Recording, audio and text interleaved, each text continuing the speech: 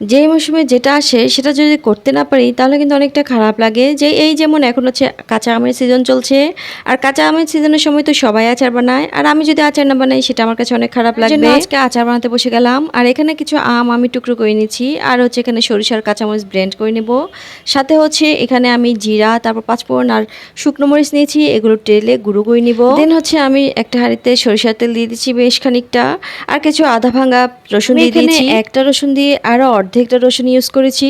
আচারে কিন্তু রসুন দিলে সেটা এক্সট্রা একটা স্বাদ পাওয়া যায়। এগুলোকে একটু নাড়াচাড়া করে যখন একটু সিদ্ধ হওয়ার ভাব আসবে তখন কিন্তু আমি সরিষা ঢেলে দেব। সরিষাটা আগেই ব্লেন্ড করে নিয়েছিলাম। একটা সময় ছিল আমি কোনো আচার বানাতে পারতাম না, তখন যদি কেউ আচার বানাতো আমার কাছে অনেক খারাপ লাগতো, আর মনে মনে নিজেকে খুবই অপদার্থ মনে করতাম, কারণ আমি কোনো রান্না বান্নাই জানতাম না, আচার তো বানানো দূরে থাক। ধীরে ধীরে আমি অনেক রান্না বান্নাই শিখেছি আলহামদুলিল্লাহ। এই তো এদিক দিয়ে হচ্ছে আমি এখন মরি দিয়ে দিয়েছি, সাথে দিচ্ছি আমি সরিষা বাটা, আর এগুলো দিয়ে একটু হালকা নাড়াচাড়া করে তারপর হচ্ছে ভিনেগার দিয়ে দিব, তারপর হচ্ছে চিনি দিয়ে দিব, তারপর হচ্ছে আম দিয়ে দিব। একটা সময় আমার আশেপাশে এমন মানুষ ছিল যারা আচার বানাতে পারতো বলে খুব মুড দেখাতো। আচার বানানো তাদের কাছে শিখতে চাইলে শেখাতেও চাইতো না, এত হিংসুটে ছিল। মানুষ কিভাবে এত হিংসুটে থাকে? বিদ্যা দান করলে বিদ্যা কখনো কমে না, বিদ্যা বরং বাড়ে। কিন্তু কিছু কিছু মূর্খ আছে, মনে হয় যেন ওদের ভিতর কোনো কিছু থাকলে সেটা যদি অন্যকে দান করে তাহলে তাদের সেটা কমে যাবে। এই মূর্খ মানুষগুলো কিন্তু সামনের দিকে আগাতে পারে না, তারা অন্যদেরকেও কিন্তু সামনের দিকে আগাতে দেয় না, তারা বাধাগ্রস্ত করে। যারা আমাকে শেখাতে চায়নি তারা কিন্তু এখন আমার চাইতেও কম পারে। এখন আমি মনে করি আমি তাদের চাইতে আরো শতগুণ বেশি পারি। যদিও আমি নিজেকে মহাপণ্ডিত ভাবছি না, কিন্তু যারা আমাকে শেখাতে চায়নি তাদের চাইতে এখন কিন্তু আলহামদুলিল্লাহ আমি অনেক ভালো পারি। নিয়তির এমন খেলা,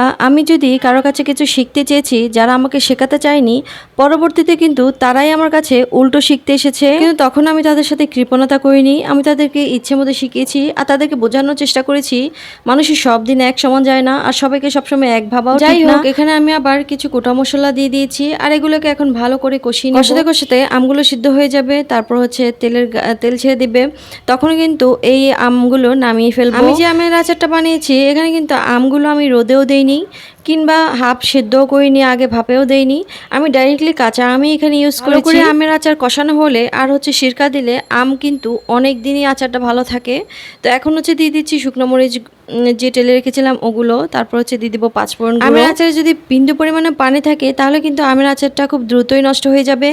এই জন্য লক্ষ্য রাখতে হবে আচার বানানোর সময় কোনোভাবেই যেন আচারের পানি না থাকে, ভালো করে কষিয়ে এর তেলটা একদম ভালো করে ছেড়ে তুলতে হবে। আচারে পানি থাকলে কিন্তু আচার খুব দ্রুতই নষ্ট হয়ে যায়, এই জন্য আচার থেকে সবসময় পানিটা একটু দূরে রাখার চেষ্টা করবেন। আর এই তো আমার আচারগুলো একদম রেডি, আর দেখুন উপরে কিন্তু তেল ভেসে এসেছে। আমের আচারটা পুরোপুরি ঠান্ডা হয়ে গেলে আমি বয়ামে সেট করে নিব, আর এর জন্য এখানে কিছু সরিষার তেল বয়ামে দিয়ে দিচ্ছি, আর বয়ামটা কিন্তু একদম ক্লিন করে নিয়েছি, একদম টিস্যু দিয়ে ভালো করে মুছে নিয়েছি। নিচে তেল দেওয়ার কারণ হচ্ছে যাতে করে কোনো ফাঙ্গাল না পড়ে। আর এই তো আমি হচ্ছে এখন আচারগুলো দিয়ে দিচ্ছি, আচারগুলো দিয়ে কিন্তু ভালো করে চেপে চেপে দিতে হবে যাতে করে কোথাও খালি থাকে না। আর বেশি চাপ দিয়ে আমগুলো ভর্তা বানানো যাবে না, এমনভাবে দিতে হবে যাতে করে তেল সব জায়গায় পৌঁছে যায়, কোথাও ফাঁকা না থাকে। ফাঁকা থাকলে সেখানে কিন্তু ফাঙ্গাল তৈরি হবে। আর এই তো আমি কিছু ফটোশুটও করে নিয়েছি আচারের, খুব ভালো লেগেছিল আজকের আচারটা।